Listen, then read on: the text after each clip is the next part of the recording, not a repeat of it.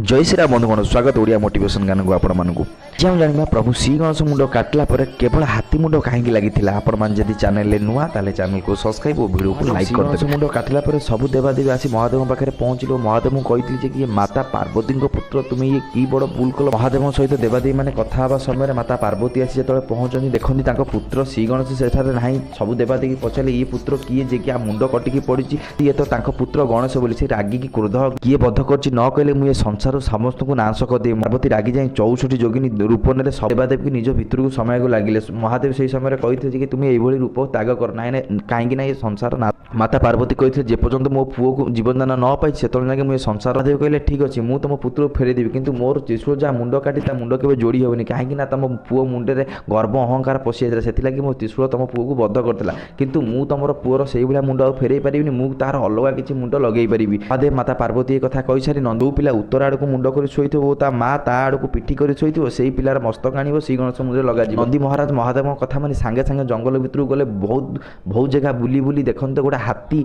गोटे हाथी उत्तर आड़ को मुंड कर शोच ता माँ ता आड़ को पिठी कर शोची। नंदी महाराज से हाथी पाखे पहुँचिकी से पिलार मुंड काटी नहीं महादेव देते महादेव श्री गणेश मुंड लगे से दिन ठार विघ्नकर्ता श्री गणेश ना श्री गणेश पूजा पाई कहीं हाथी मुंड मारता आपण मैंने भी जानीपारे।